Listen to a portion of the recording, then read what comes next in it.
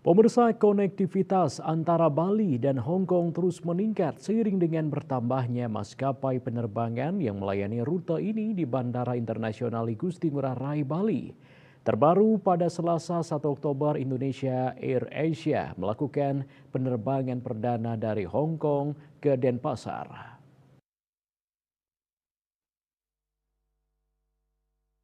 Saat ini sudah ada 3 maskapai yang melayani rute langsung tersebut. 2 maskapai lainnya adalah Cathay Pacific dan Hong Kong Airlines.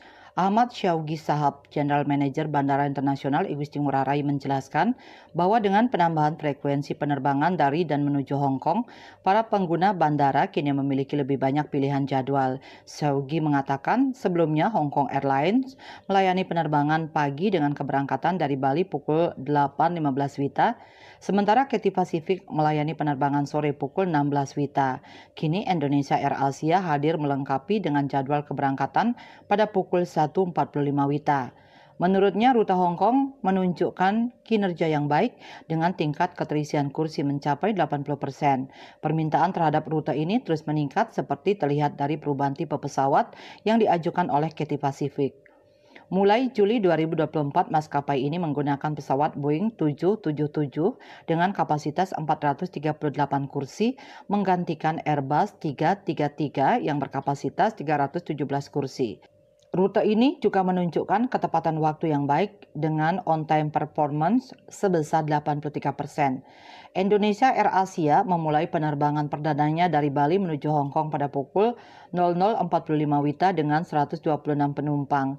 Sementara itu, penerbangan GZ301 dari Hong Kong mendarat perdana di Bali pada pukul 11.50 WITA disambut dengan seremoni water salute.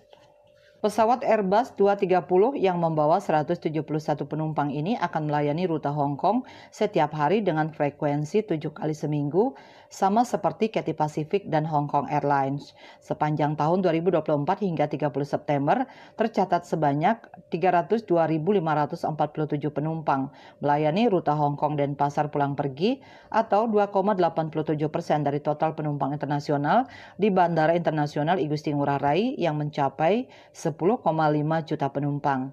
Syaugi berharap kehadiran Indonesia Air Asia dapat meningkatkan daya tarik rute ini serta menambah jumlah wisatawan dari Hong Kong ke Indonesia. Parwate Bali Post melaporkan.